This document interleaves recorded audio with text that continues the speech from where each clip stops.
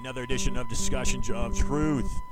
I'm your host, Ian Hamilton Trottier, coming at you every Wednesday, 5 p.m. Eastern Standard. This is a doubleheader, 6 o'clock hour, bringing on Russ Baker, who was under the weather last week, and so we made a slight change and brought on Dr. Jane Ruby. Catch that episode.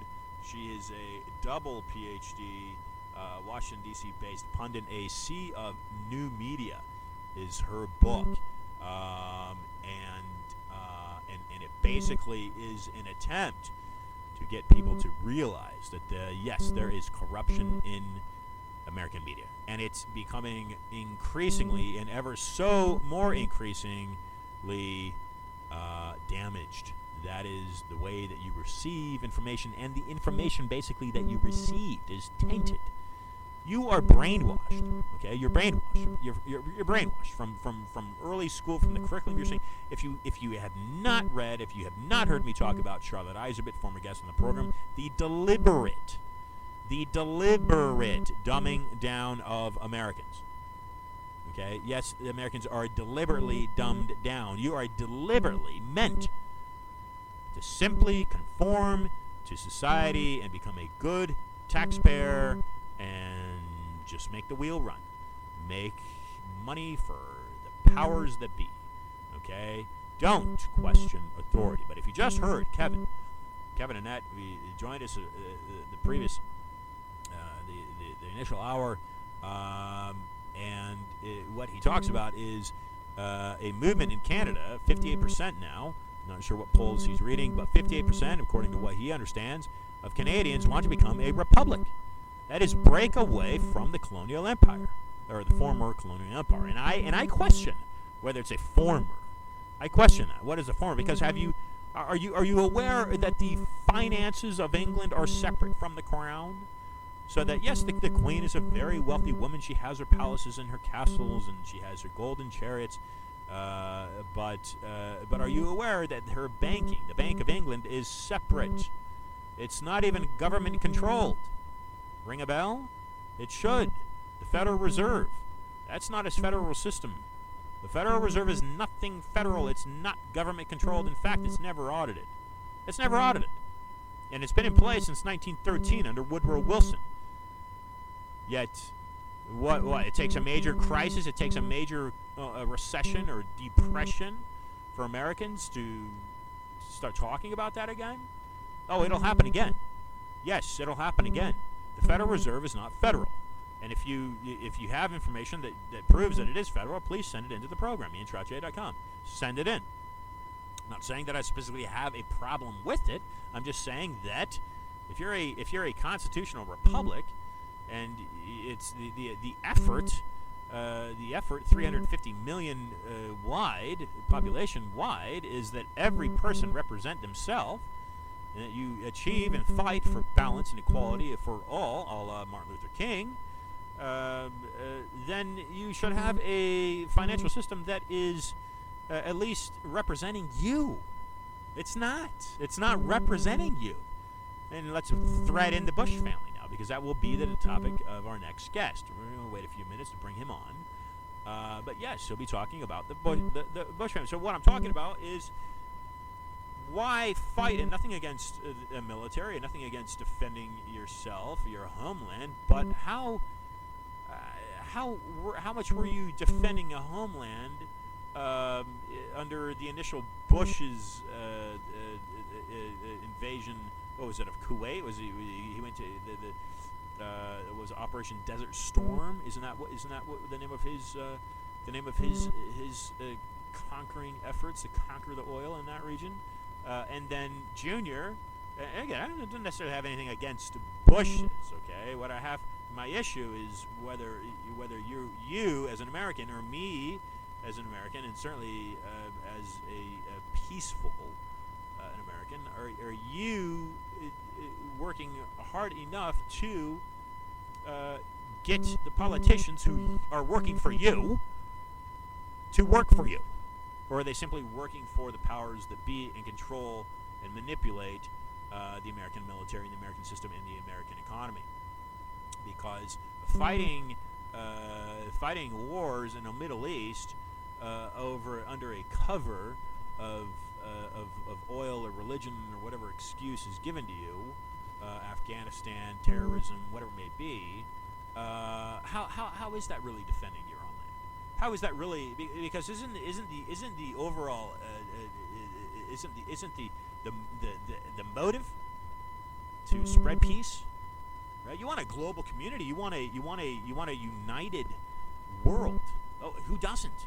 Nobody. Who likes wars? And that's kind of thing. If you like violence, then I don't have an answer for you. I don't like violence. Okay, I don't like wars. I don't like fighting. Okay, there's nothing civil. There's nothing peaceful about it. I don't like any part of that. Okay, I'm not saying that you shouldn't defend yourself. Okay, I'm not saying that. I'm not saying you shouldn't have a military. I'm not saying that. Okay, but it goes much deeper than that. The previous guest, Kevin Annette, talked about genocide and child trafficking and child raping going on in Canada and having been going on for decades. It's something that the Canadians are currently completely they have no idea. The majority have no idea it's happening. He caught wind of it, and he's been attacking. And what he's seeing is that there's ties that lead up to heads of state worldwide, and a lot of those ties lead right back to Rome.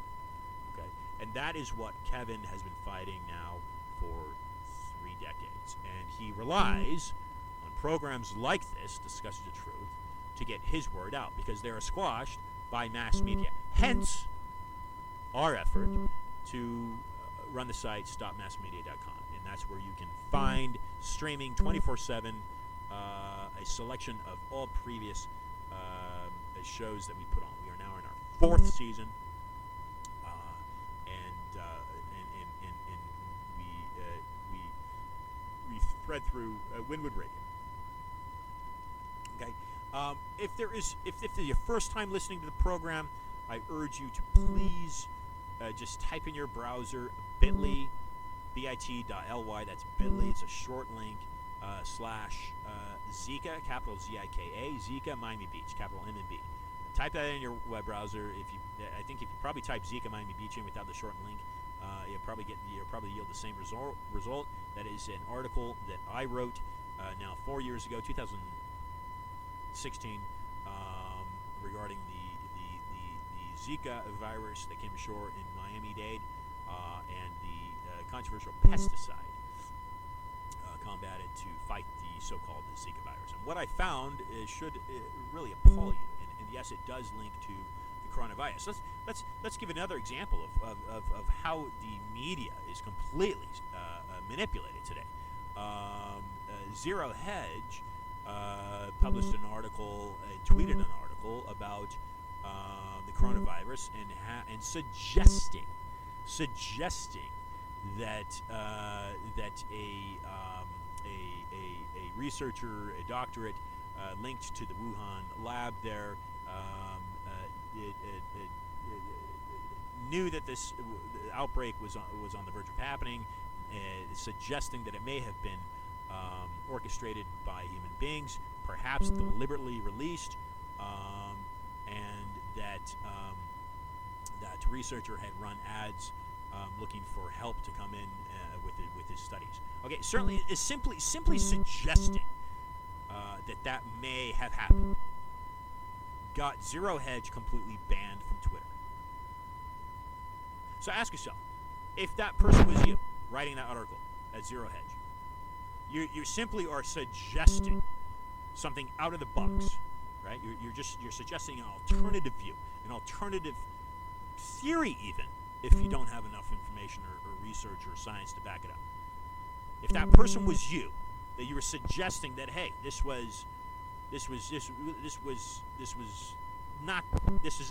my suggestion is that is against the mainstream.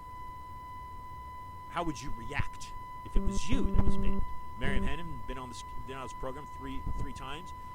She's personally interviewed Aaron Brockovich, and she has been shadow banned a number of times for doing just that, for suggesting an alternative from the main view, a la JFK, right? I mean, many Americans still question the Lee Harvey Oswald, angle. Okay? You suggest something against the mainstream or the government. You are the government. You are the government. You're listening to my voice right now. You are the government. I don't care where you are in the world. You are the government. And it is your human right, in my view, to voice your opinion and to take any law or any or any opinion, any way of life living, take it to task, question it. Okay, and that's a whole democracy, right? The majority rule. The majority rule. The majority rule. Okay, getting off subject, perhaps. But if it is if you're the one that's being attacked because you suggest an alternative thought, then would you have a problem with that?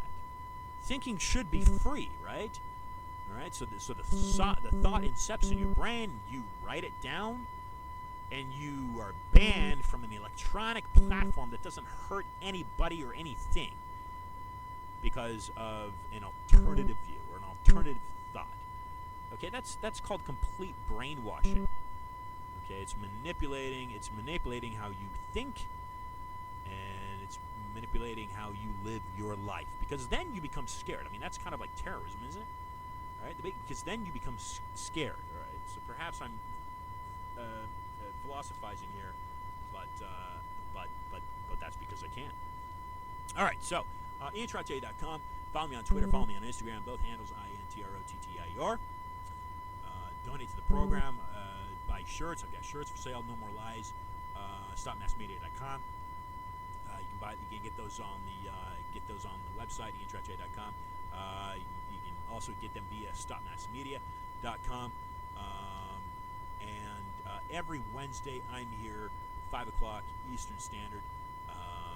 And today, bringing a double header for you. Next week, Bandy Lee will be joining the program. Bandy Lee, give you a quick synopsis on who she is. Dr. Lee is an author of a New York Times bestselling book, The Dangerous Case of Donald Trump. She's a leading violence expert and forensic psychiatrist. She's the president of World Mental Health Coalition. We are speaking out at this time because we are convinced that as the time of possible impeachment approaches, Donald Trump has the real potential to become ever more dangerous, a threat to the safety of our nation. Okay, she'll be joining the program next week to talk about her book, The Dangerous Case of Donald Trump. 37 psychiatrists and mental health experts assess a president. We'll be following that on the 26th of February, closing out the month with Tom Hartman rejoining the program. He joined us back in August. And we're starting up the month of March with Kevin Shipp, who'll be joining the program. The shadow government is a system that manipulates Washington, D.C. behind the scenes, that operates beyond the control of Congress, that even dictates the actions of the president and affects the daily lives of every American. It is real and has been growing in complexity for over 60 years. While the American people work long hours just to survive and make ends meet, the shadow government spends billions of dollars on secret operations, overthrowing governments and engaging in covert wars that kill thousands, all without any vote or say by the American people. The people pay the taxes the shadow government uses to fund those operations. The people starve while the kings shower themselves in gold. That is a quote by Kevin Shipp, author of From the Company of Shadows, former CIA operative. As I'll be starting next month, and again, I'm here every Wednesday at 5 p.m. Eastern Standard. We've got a slate of guests coming your way. Pharma will be the topic of discussion mid-April, which will completely obliterate the pharmaceutical industry. Gerald Posner. All right, bringing on today's second guest. The guest for this hour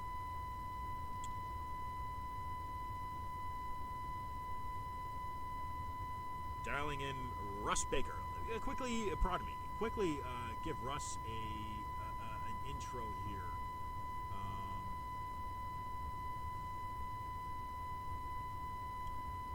publisher and investigative journalist, basically. Controversial, credible, courageous. Bill Moyers said this about Russ. He seemed unimpressed with conventional wisdom, quickly spotted and dismissed spin, and wasn't intimidated by the powers that be. He'll be talking about Family of Secrets, the Bush Dynasty, America's invisible government, and the hidden history of the last 50 years. Gore Vidal said this about Russ Baker's book. One of the most important books of the past 10 years. Dialing in Russ right now.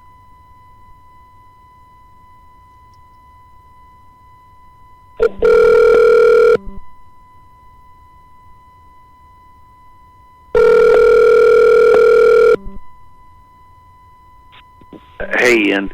Russ Baker, welcome to Discussions of Truth. Great to talk to you. How's the cold? Oh, struggling along here, but voice is a little bit better today. Good to hear. Good to hear. So we appreciate you taking the time. This is a wonderful topic to discuss. Well, the Family of Secrets, and my objective. We're now in our fourth year at Discussing Truth. My objective is to really get Americans thinking about an alternative to what is given them in mainstream, and not to question, for instance, question the JFK narrative, question the mess that the country has been spending in the Middle East for really 30 years, because George Sr. was the first to kind of go into Kuwait with Desert Storm. But to question what is really happening, we've got a complete mess in D.C. Regardless of political view, my opinion is that both sides are totally corrupt. The impeachment hearings, it's literally, in my view, Russ, it's like a real-time reality TV show. You turn on CNN, MSNBC, it's completely garbage and trash, and that's what we have allowed ourselves as a nation to succumb to. But what you've done is you've really gotten into the Family of Secrets. That is the Bush Dynasty, and the America's invisible government, and the hidden history of the last 50 years. Tell us a little bit about you, Russ. What drove you to write the book? And then let's get into the book. Sure, and I just want to back up and provide a little bit of context here, because I do notice that some folks are suggesting that there is some sort of equivalency between the Democrats and the Republicans. I don't think that's fair at all. We're a nonpartisan, nonprofit organization, but I like to say we're nonpartisan, but we're not blind, and I'm happy to talk about that. And I think that some of the things that are going on in this country right now under the Trump administration are deeply startling to all fair-minded people, to investigative journalists and authors, and I'm happy to talk about that, but I am very, very concerned about any kind of false equivalency. I certainly do agree, and I'm happy to talk about the so-called deep state and about Democratic connections to the military-industrial complex, but the magnitude of what we're talking about is not the same between the two parties. So I just wanted to start with that and provide a little context. My own work, I have been an investigative journalist now for, must be going on about 30 years. In the course of my work, I found that the work of the media, and that would be particularly the corporate commercial media, but also some of the ideological media, what struck me was that when I would go look at stories and I'd want more answers, and I would dig deeper and deeper and deeper, I'd quickly see that they weren't providing these things. In fact, they weren't even asking these questions. They weren't trying to understand on a deeper level how and why things were happening. For example, why was it that the United States seems to be in a constant state of war all over the world all the time? And this has been going on now since the Second World War. We've basically been in wars, had bases everywhere, literally in more than 100 countries for most of the time.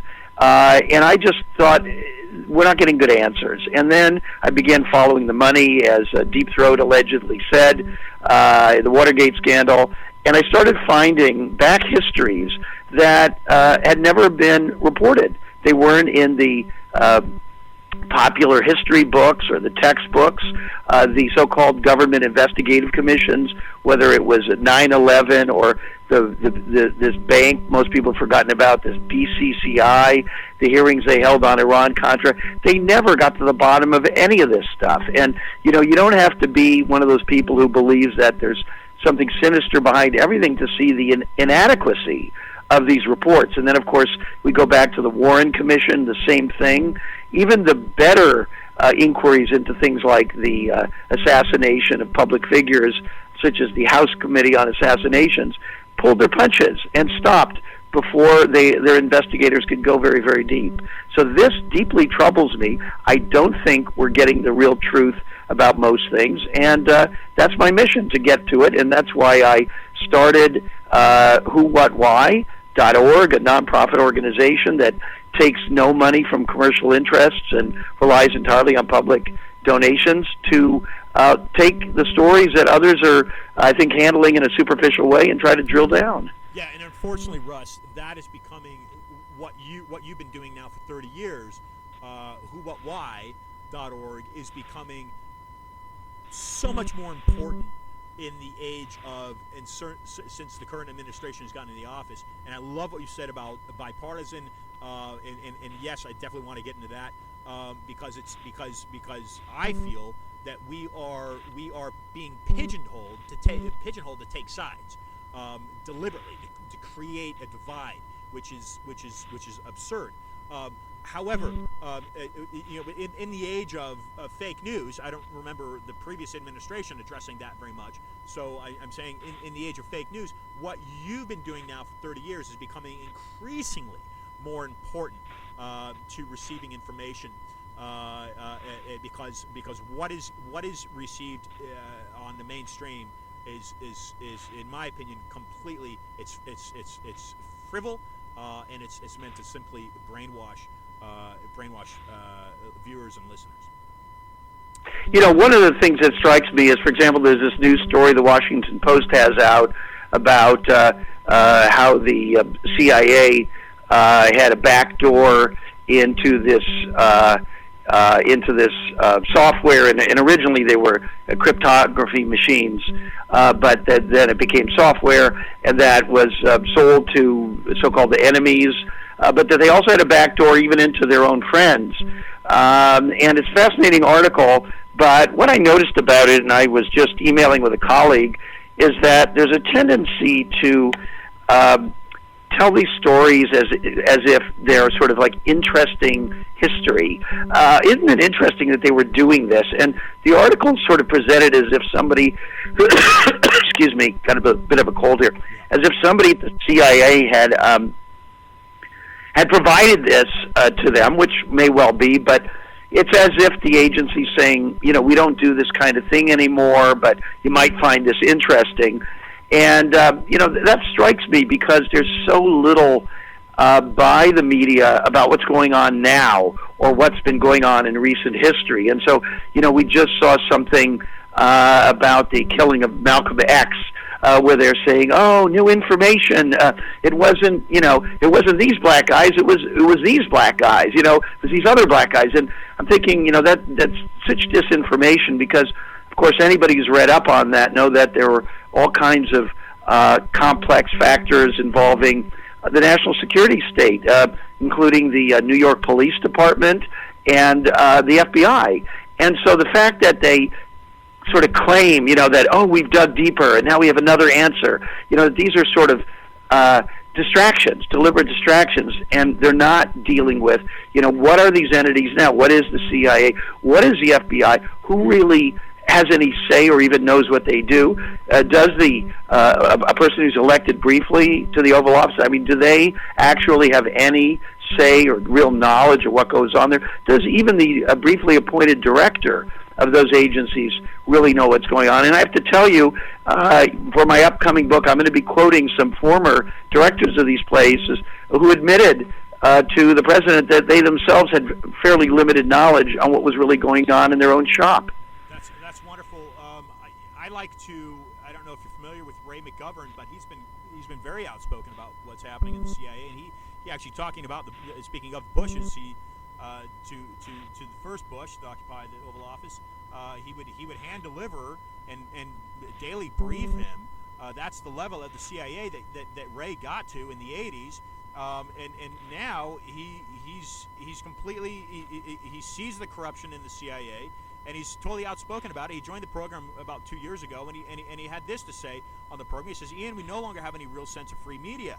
The only hope now is people like you who can repair the damage and get people listening to people who know what they're talking about. So I don't know who you're going to be quoting. And next month we'll be receiving Kevin Schiff, who's another former high-ranking CIA analyst. He'll be joining the program next month. So I'm not sure who you'll be quoting in your new book, but I think that's very wise for you to be doing. Yeah, I mean, the thing is, if you look at these agencies, it's not like the entire place or all the people are in any way bad. I mean, I think these places are full of people who are patriots and who signed up, just whether it's those agencies or it's the military, where they signed up because they were sold that this was something very honorable and it was important work to do. And I think certainly some of the work they do is honorable and is important.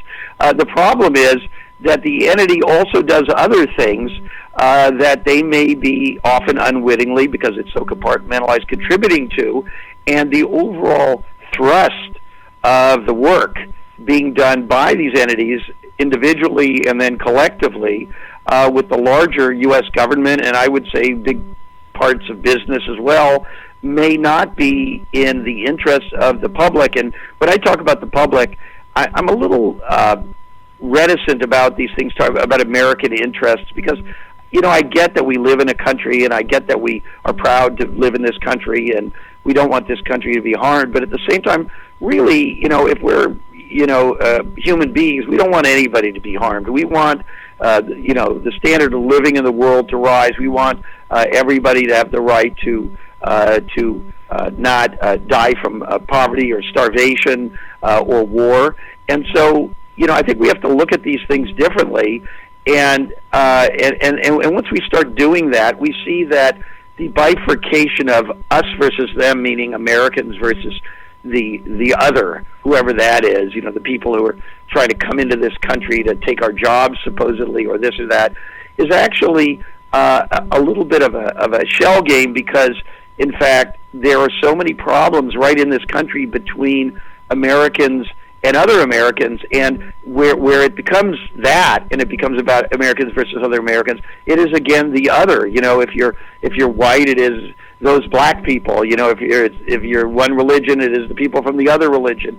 But that is something that has always been used to divide people, and usually to divide working and middle class people from each other, rather than focusing on the tremendous, not only the inequalities, the financial inequalities, but also the fact that the system itself is stacked, that the rest of us cannot even get a fair shake with the criminal justice system, with government agencies, certainly with companies that favor those who have the money over those who don't. So I just see things a little bit differently. Yeah, no, that's exactly right.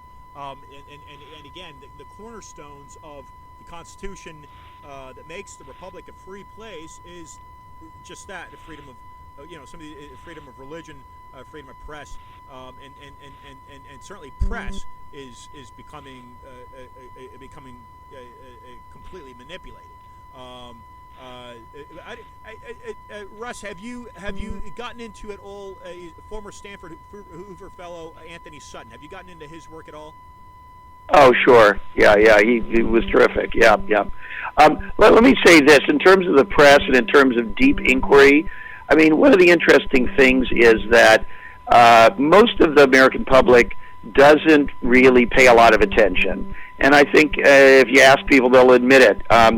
They have their jobs, they have their families, they have their hobbies, and so forth. And then they have some time they spend relaxing, consuming entertainment. And then you say, well, what time is left to consume information about matters of public policy? And the answer is almost nothing. And of course, I'm sure you, Ian, know people who say, I don't follow politics or I don't listen to the news. And, I get that because it's discouraging and it's depressing. But at the same time, we really screw ourselves when we don't pay attention, because other people are paying attention. And when you don't pay attention to something, somebody else is taking advantage of the situation and really harming you and harming your interests. And so we've all got to step up. And I would say that even among those who do pay attention, there's another problem, which is that if you look at these TV things like Fox and in a different way, even CNN and MSNBC, I do think the accuracy of their information is higher than it is at Fox. But still, all of these places repeat the same stuff. They've got these so-called experts on who have their own clients and their own agendas. It goes on and on and on with the same stuff. You learn very, very little. And then there are what we'll call the prestige institutions, these name-brand media outfits that educated people who consider themselves sophisticated, consume. And I can tell you, living here in New York, living in Manhattan, there's a sort of an elite here, people who are, again, tended to do well in life, successful, smart, accomplished, and they rely on their information for really from a handful of these outlets, and what they read are books that are on the New York Times bestseller list. And so what happens is it is possible essentially to control what even the elites know or think they know. And the kind of work that I did with my book, Family of Secrets, which initially, and I have to tell you, when it first came out, my publisher, Bloomsbury, very well-respected, UK-based publishing company that had published Harry Potter, did a lot of important works. They were proud to publish my book. They thought they would put me on every major TV show and that the book would be reviewed positively by all these outfits. I got a total stonewall. And I was shocked because, here I am, a credentialed journalist with all the pedigree and the, Columbia journalism, thing, diploma and all that. I was always welcome as long as I did stories that didn't really make too many waves.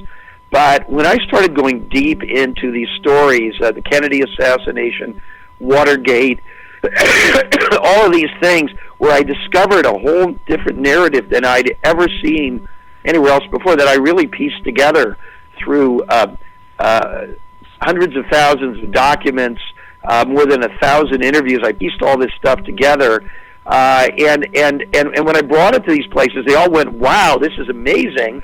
And then somebody somewhere higher up in these places shut it down. They said, "This, for whatever reason, we cannot run this stuff." And part of it, I think, was it was too disturbing. It was too new. It was too different from the conventional chorus that has been sung over the years. Right, and that conventional chorus perhaps has been deliberately sung the way that they've sung. So this is interesting, Russ, because you bring up the JFK narrative and the Warren Commission, and it seems like if you as an American, if you second guess that, if you pose an alternative theory or motive or view, then you're pigeonholed into being this theorist or and is that also part of that manipulation, perhaps? And then where is it coming from? So is that leading into what the current administration refers to as the deep state? And what is the deep state? Do you get into that? What is it, Russ? From what you've Sure. Well, let me just start with this Warren Commission thing. The fact of the matter is, until I began looking into the Kennedy thing, I had heard growing up, that there was the Warren Commission, there was this report. It sounds very impressive, the people who were on the commission. And I had heard that this guy Oswald had shot Kennedy. What did I know? I mean, that seemed to be right. So if somebody had told me it wasn't Oswald, I would just assume that they were a nut. And I think most people who don't dig into these things assume that what they hear is correct, and somebody with an alternative viewpoint must be crazy. And I have to tell you, even as a functioning journalist over the years, and even running the nonprofit WhoWhatWhy that I founded, our first instinct is to look at people's credibility and credentials, and that comes from the establishment. And so if somebody comes out of left field and just says, hey, I heard this thing, or I believe this thing that is accepted is untrue, we're wary of it. And so with the Kennedy stuff, the fact of the matter is, out of the entire population of the country, there's some small percentage, way under 1%, that has read a lot of books on it, where people really have investigated it. And I would say if you poll those people, about 90 to 95% of them believe that the official story is incorrect. So it's not really about the way that we are told to think about it. It's about the simple fact that we don't have the right information.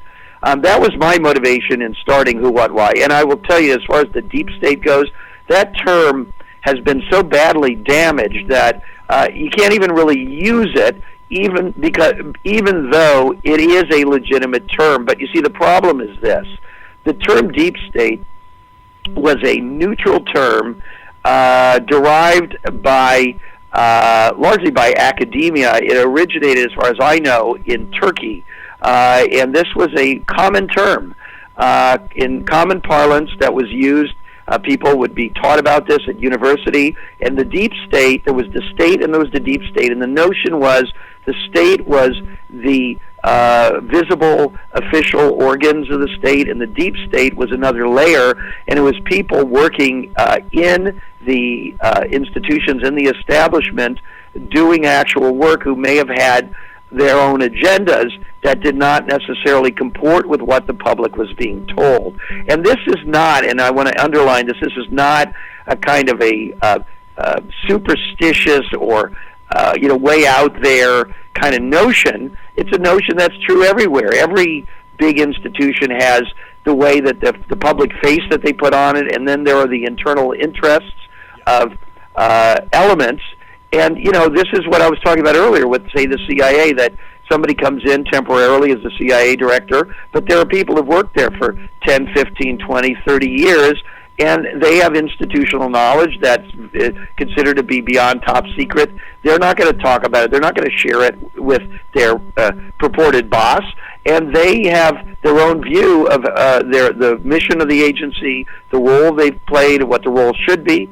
Also, a lot of these people historically, if you go back and you read my book Family of Secrets about the Bush dynasty, the recruiting for these agencies like the Central Intelligence Agency, like the to a somewhat lesser extent some of these other agencies, Defense Intelligence, NSA and so on, tended to be from the elites. These were the children of very wealthy families, banking families, chemical families, oil families, and they would go in there, and they came in with a mindset, and their mindset was that what was good for their families and what was good for business and what was good for the wealthy was the right thing. And the policies carried out covertly by these agencies over the courses of recent American history served those interests. And so the deep state was, to my mind, or is some loose network of people. I don't see it as necessarily an organized thing. There's no membership.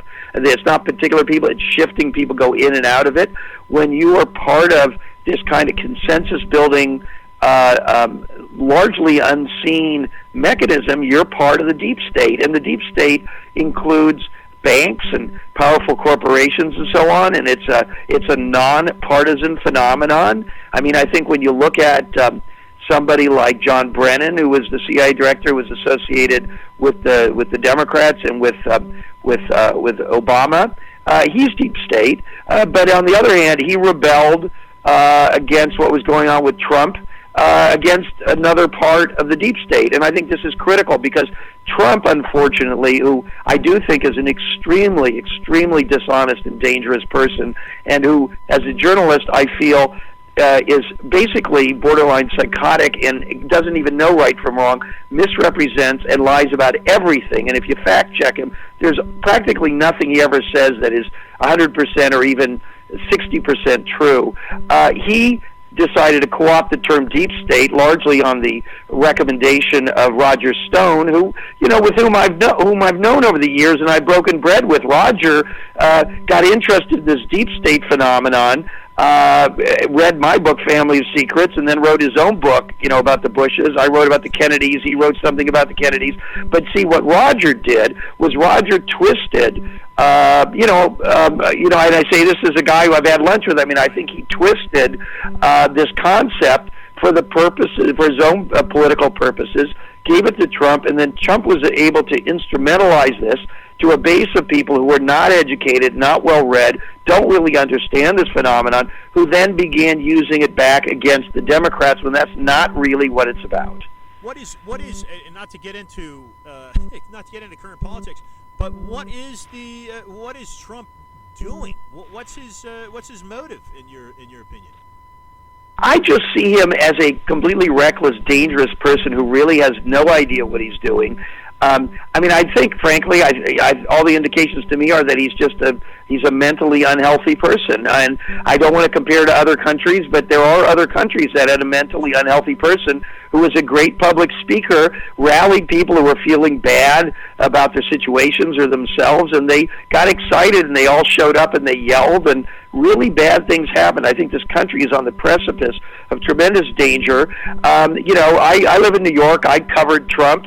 I met Trump, when he was here. I mean, he was just this clown. He was this guy who basically bamboozled people through his business, lied about how successful his businesses were, and enough people kept listening to him and putting him on shows and buying his stuff, in inferiorly constructed apartments, and then he would stiff his contractors and the workers. I mean, the guy really has exhibited classic criminal behavior his entire life. So the fact that he's the most powerful person in the world is, of course, terrifying. And I have to tell you, it's terrifying to the deep state. Things are so bad that the deep state is starting to look better. But no, it's not a lot. You've got highly credible journalists such as yourself, and then you look at the brilliance across this country, from Stanford to Harvard to Yale, or to pick your school, Columbia, and this is the best we could do. It's laughable to me. Like I say, it seems like it's a reality TV show. Well, what's also amazing, by the way, and I think this is part of the problem, is the whole way in which we choose leaders. Because, and I don't want to say, of course, when you watch those Democratic debates, I mean, they're all well spoken, they're all obviously very, very bright and so on. But are these really necessarily the most thoughtful, the wisest, the best communicators that this country has? I don't think so, and this is a little pet project of mine to try to figure out a better way to offer the public up potential leaders. Yeah. So where do we go from here? With the voter fraud, and even the Iowa caucuses they're still a mess. Where do we go from there? Is there something that can be implemented to give a bit of a correction to what's happening? Yeah, so I believe that the single most important thing we can do, it's just like if you got a drinking water supply and the water is dirty, the body is polluted, the public is at risk. The first thing you do is you work to clean the water. And I would say that our body politic is polluted. Our minds are polluted. And the first thing we've got to do is unpollute all that. That's why I started WhoWhatWhy.org. That's why I made it non-commercial. We don't take ads. We don't take money from corporations or governments. We struggle because it's hard to get the public to donate, but we do honest work. I think that kind of thing of trying to dig down without a bias or an agenda, figure out what's really going on, and share honest information with the public is the solution. Because as we begin understanding what's going on, who's doing what the real options are, we begin course correction. Now, as far as elections, which you're talking about, WhoWhatWhy has been a leader. We started very, very early questioning the electronic voting systems that were being adopted everywhere. Originally, of course, we had paper ballots, and you say what you want, and of course the 2000 election, there were problems when you punched those paper ballots, but I mean, paper ballots, at least the kind that you mark by hand, you can at least see what you marked, and the person who reads it can confirm that that's what you intended. And once we shifted, and I have to say, I mean, as far as I understand, at least several of the European countries to this day do their entire national election with paper ballots, and they get it all counted in a matter of hours. So the fact that we shifted to these black boxes, created and owned by private companies where we don't even know who owns them, we don't know who programs them, we're in a very, very dangerous situation. And so my news organization, WhoWhatWhy.org, has been working for a number of years. We're ramping up to do more about these voting machines. The situation in Iowa, obviously, was with an app, so that's related. But we're also looking at the issue of what you called voter fraud and what we call voter suppression. We don't see practically any instances of what Trump claimed, which was what they termed voter fraud, which was supposedly illegal aliens attempting to vote at some risk to themselves. We saw almost no examples of that nationwide. In fact, almost every study shows so few examples of that. It's very difficult to go in on your own, one person at a time, and vote twice or something like that and change an election. I mean, it's just physically very, very risky. You go to jail for it and so forth. The counterpoint, which is institutional denial of people to vote, making it difficult for large numbers of people to vote, that is much easier to do. That's a mass project, and it can be done pretty easily, and we do see that happening throughout the country. And, of course, Trump tries to claim that it is, people from Mexico who are illegally voting and so on. It isn't. Everything we can see is that what's happening is voter suppression, and the people who are being prevented from voting, by and large, overwhelmingly, are black people, Latinos, some elderly people in certain areas, and youth, particularly college students, as well as a few other groups like Native Americans, and we saw it in North Dakota where they were being made difficult to vote. And what happens, Ian, is they put these impediments in their way, and there's a whole range of them. I'm sure we don't have time to go into it, but on our site, WhoWhatWhy.org, we've done scores of articles about all the ingenious ways in which people who want to vote are either prevented from getting to the polls, or if they get to the polls, they're told they can't vote, or if they vote, the votes may not be correctly counted. And I think that is the biggest threat to democracy, because the bottom line is you got to be nonpartisan about this. You can't be for only Democrats voting or only Republicans voting. Either everybody gets to vote or nobody gets to vote. Yeah, well said, Russ. Next week we'll getting back to the conduct, the mental state, really, of the current president. We'll be hosting Bandy Lee, who's the author of The Dangerous Case of Donald Trump. She's out of Yale. But getting back to the whole notion, and you didn't mention it, but it is something that the current administration, or the head of there, as mentioned, draining the swamp. I think that's one of the tickets one of the things the selling points he won on. But you've alluded to the corruption, and you've got these real wealthy kind of families that feed into these wealthier corporations, and then how those corporations kind of swayed the thinking or narrative or whatever it may be. Let's just visit for a few moments, and I know it's been a while since you wrote it, but let's visit briefly the Family of Secrets, and getting into Gerald Ford's role in the Warren Commission, because you got Alan Dulles.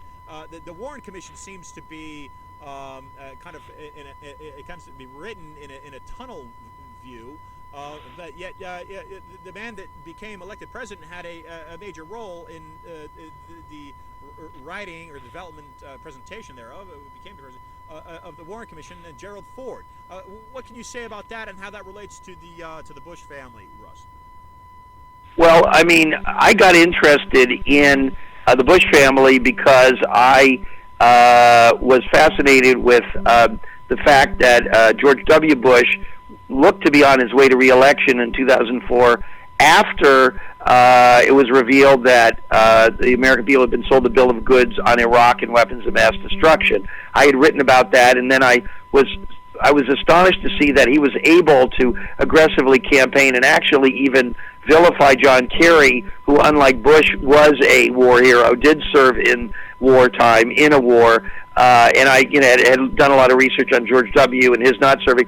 So I became interested in them, and then I started trying to figure out how George W. managed not to serve. Then I realized during my investigative reporting that his father had played a role, became more interested in his father, started looking at the father's trajectory, started trying to establish how would the father, another character who really did not wear greatness particularly, how had he made his way to the top. Then I began looking at him. I began looking at that he was CIA director. How had he become CIA director? And the more I looked at it, and the more I discovered that George H.W. Bush, that's the father, I began to see indications that he wasn't the man I thought he was, that he was somebody else, that he had actually always sort of hidden what he was really doing, and that he'd had a whole lifetime of work in the covert services, that he had not only been appointed CIA director as a civilian who had no qualifications, is what we were told, but that in fact he himself had been a lifelong covert CIA officer. And once I found enough evidence for that, and this is all massively documented in my book Family of Secrets, I then started finding very interesting things about him, his network of people he was working with in the CIA in the 60s. I discovered that there were FBI documents suggesting that he was in the CIA in 1963. I had some sort of intelligence awareness about the situation around the assassination of John F. Kennedy in Dallas. I then developed information proving that he himself was in Dallas at that time. I then found evidence from his own books, obscure references showing that he was in Dallas with a former CIA head of coups, head of coup d'etat, of overthrowing leaders, and that there were other CIA personnel there. And the more and more I looked at this, the more I thought, oh my gosh, Ian, I don't know anything about American history. This is like a movie. And I kept digging. I then found a pattern of CIA covert meddling with presidents, not just Kennedy, but then it continued that the Warren Commission had been basically pressured to crook the book, so to speak, and come up with a story that was supposed to satisfy the American people that everything was fine, that although the president had been murdered, there was nothing more there, no conspiracy. And then Gerald Ford, of course, as you say, he was put on the Warren Commission, played a critical role in covering up the fact that there were too many bullets, and the bullets came from the wrong angle to all have been from the 6th floor of the school book depository, which meant either Oswald didn't do it or there was a conspiracy. Ford, of course, was later rewarded by being made president. And then we have a whole story about Ford and the removal of Richard Nixon from office. And to show you what a nonpartisan I am, my book, Family of Secrets, gets into how essentially John F. Kennedy was overthrown by what you might call the deep state. And so, are you ready? ... was Richard Nixon. Watergate. Russ. Yeah. Go ahead. Yeah, I was just going to say, I mean, I've got 5 chapters in Family of Secrets, the real story of the Kennedy assassination. I've got 3 chapters in there, the real story of Watergate. And, again, growing up as a kid, I thought, pure and simple, Richard Nixon is an ogre, and he was out of control, and he sent these burglars in. And it was only when I began digging that I began realizing that there was much more to that story. Yes, Richard Nixon had many problematical qualities. In no way want to apologize for him, but that on the particular issue of Watergate, that he had been set up, and that there were elements within the national security state and the Pentagon and big corporations that just as they increasingly saw John F. Kennedy as antithetical to their interests, didn't like Richard Nixon. And by the way, I mean, with Trump, we have a completely different situation. We have, again, a growing sense among people who are in elite positions that Donald Trump is a problem. I think the difference this time is he is a problem. I mean, he's a problem to the extent that the people who like Trump are really, I don't want to call people names, but I mean, they are so ignorant of the basic facts. They don't read books. They don't know any of this stuff. I mean, I love all Americans, and I'm sure they mean well, but they really don't have any information. And they, cutting off their own noses to spite their face. They're angry, and I get they're angry about things, but this whole idea about draining the swamp, they're draining the swamp so that the wrong characters can survive. I mean, government and everybody talks about how bad government is, and then, the second their kid is kidnapped, they want to call the FBI. They say government is so useless, and then they complain that the state hasn't repaired the highway so they can drive their SUV to the football game. They complain about how they hate government regulation, and then they're really, really angry when they get a cockroach in their soup at a restaurant. They want to know why the city's restaurant inspectors haven't shown up. So it's just full of a lack of understanding, a lack of perspective. Trump is single-handedly dismantling the government so fast on every possible level, resulting in increasing poisoning of our waters and our air, threats to the reproductive health of every woman who is pregnant. I could go on and on and on. The dangers are everywhere. We're going to start seeing it perhaps even with aircraft. And I have to say, I do believe the Russian meddling story. I was skeptical at first, but the more we dug, the more we were convinced there was something to it. And I have to say, I do think that all the evidence points to the fact that the Russians have something on Trump. And, I don't want to judge whether or not you would call him a foreign agent, but the net effect of what he's doing is to defeat the United States and to benefit the Russians. No, that's very well said, Russ. Very well said right there. Well, I started this program 2016. We're going on fourth year now, and we started because in Miami Beach there was the local Zika virus, and then the threat of the pesticide. A good friend of mine had me go down to actually happens to be from Brooklyn. Had me go down to the town hall, and then the links that I was putting together just blew me away. I'd found that the Rockefellers owned a patent on the Zika virus, and that they also were the major shareholders of Chevron Chemical Corporation that engineered dibrom in the 50s out of Chevron Chemical. So putting those links together, similar to you, I certainly never Oswald was the narrative that I got. I didn't question that. 9/11, we got major terrorist problem, whether we do or not. I never questioned that. But then once I started looking deeper, that's when I found that this is a far more a complex and sophisticated a task than I think certainly proven than the average American has any idea of what's happening. And you said it very well there, Russ, in that Trump is completely dismantling our livelihood and the government that we know. Tell us in the closing minutes here. Tell us a little bit more about your current project and what we can look for from you. If you talk about my book, I shouldn't have done this, but I after writing Family of Secrets and coming up with all this incredible Kennedy stuff, and finding that if we don't understand the main events of our history, we don't understand anything, and we don't understand why things are the way they are today, because they were created by these things that happened long ago. We can't fix anything, and we can't create a better future. And so that book did quite well, despite the blockade on it, you might call it. It became a bestseller, and still selling pretty strongly so many years after it came out. But after I finished that book, at some point I started thinking, there's a lot more to this Kennedy thing. And although there's so many books and many wonderful books about it, I never saw anybody who, to my knowledge, really went and looked at all the other books, looked at all the documents as much as they could, interviewed as many people as they could, and tried to really piece together a kind of an hour-by-hour account of how the whole Kennedy assassination came together. That's what I'm trying to do. I've been doing it for a decade.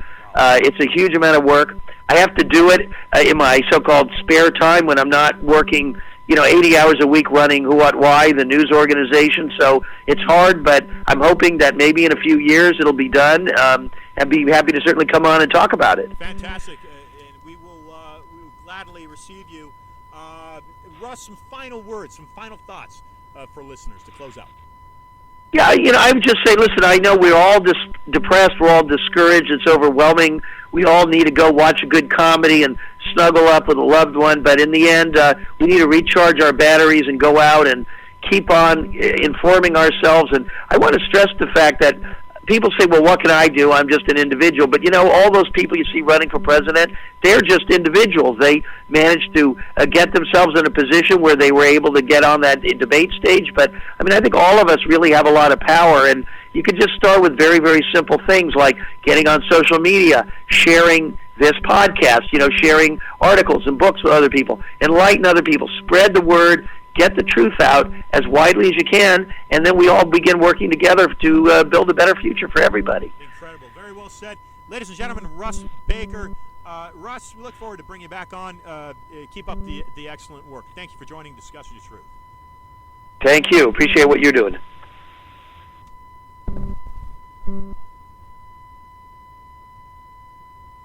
Okay, and so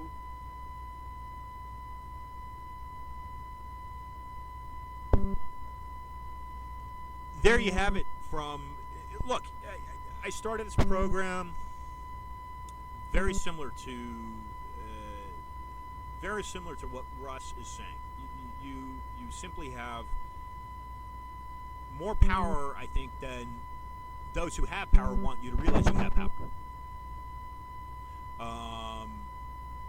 And like Russ said, those individuals running for president, Bernie Sanders, John Biden, Elizabeth Warren, who we have been in contact with, and they have received and expressed a preliminary interest in what we're doing.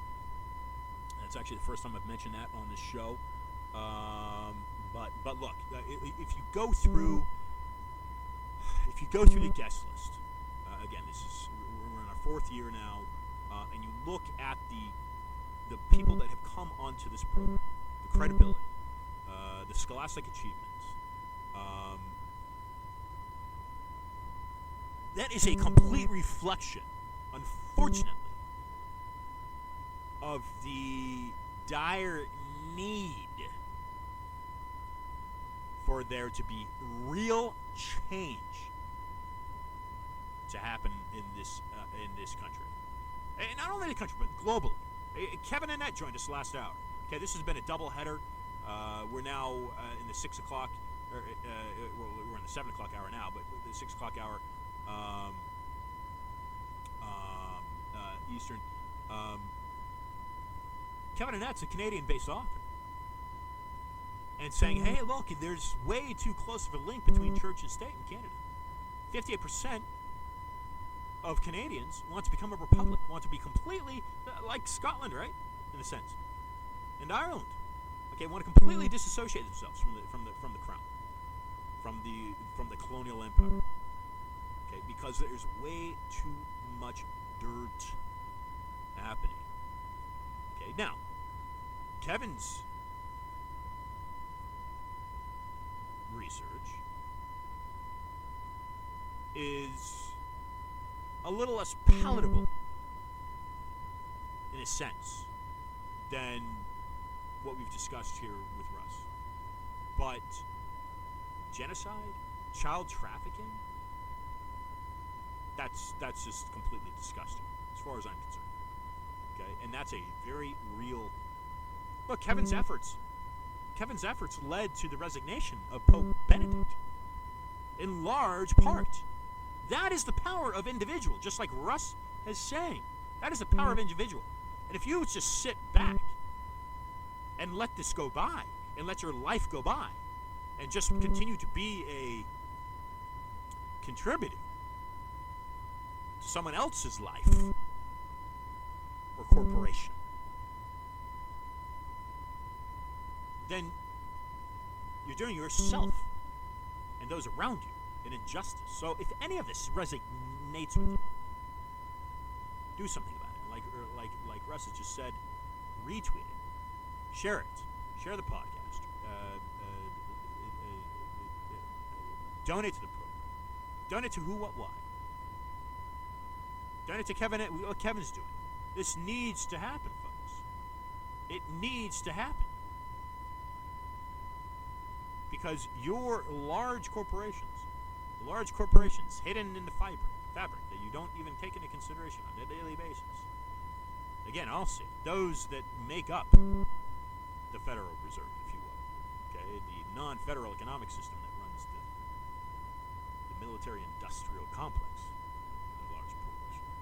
And not to mention the contributions you make when you pay your taxes to that disgusting war machine. Like Russ is saying, this country's been at war ever since World War II. It's constantly been taking the natural resources, taking the gold. The rape of Nanking, right? Taking these people's lives. Okay, is that the America that you want your children to inherit? I don't care where you've come from. I don't care what ethnicity or what culture you may, or your parents may, or your grandparents may represent. If you're in the United States, you are a beacon. It's that Constitution. In my opinion, it's the beacon. And again, Paul Craig Roberts, it's totally debatable whether any of those real values are in place now. But they are being threatened at an unprecedented rate. And your way of life is under drastic fire. You must take action now. This has been another Discussion of Truth. Next week, Dr. Bandy Lee from Yale will be joining us. A dangerous case of Donald Trump is what she'll be addressing.